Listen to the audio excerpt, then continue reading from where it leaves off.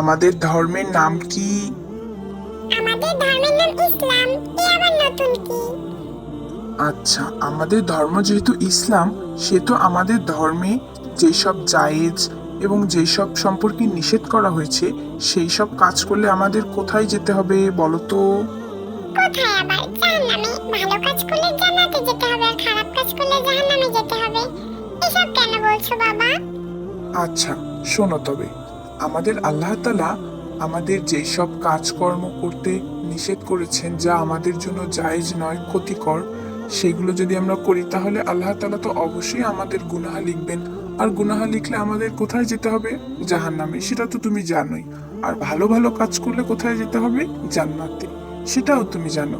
আচ্ছা, তবে যেসব কাজ করতে নিষেধ করেছেন সেসব কাজকে আমাদের করা যাবে বলো তো? কখনোই নয়, কারণ আমরা সবাই তো জান্নাতে যেতে চাই। আমাদের ইসলাম ধর্মে নববর্ষ উদযাপন করাকে খুব কঠোরভাবে নিষেধ করা হয়েছে। পবিত্র কোরআনে বলা হয়েছে, তোমরা হারামকে হালাল করো না আর হালালকে হারাম করো না।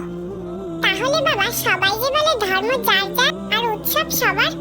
মুসলমানদের ঈমান নষ্ট করার জন্য কিছু ব্যক্তিরা এইসব যুক্তি দেখায়, যেগুলো মোটেই ঠিক নয়। ধর্ম যার, উৎসবও তার বাবা। আমাদের পবিত্র কোরআনে যেসব হালাল করেছেন সেসব আমরা অবশ্যই পালন করবো, আর যেসব হারাম করেছেন সেসব আমরা অবশ্যই এড়িয়ে চলবো। তা না হলে তো আমরা জান্নাত পাবো না বাবা। এই দুনিয়া তো ক্ষণিকের, আমাদের আমলের উপরই নির্ভর করবে আমাদের জান্নাত এবং জাহান্নাম। তুমি কি চাও, জান্নাত চাও নাকি জাহান্নাম চাও?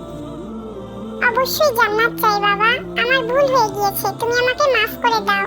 আমি আর কখনো এমন বায়না ধরবো না যেগুলো আমাদের ইসলাম ধর্মে হারাম করা হয়েছে।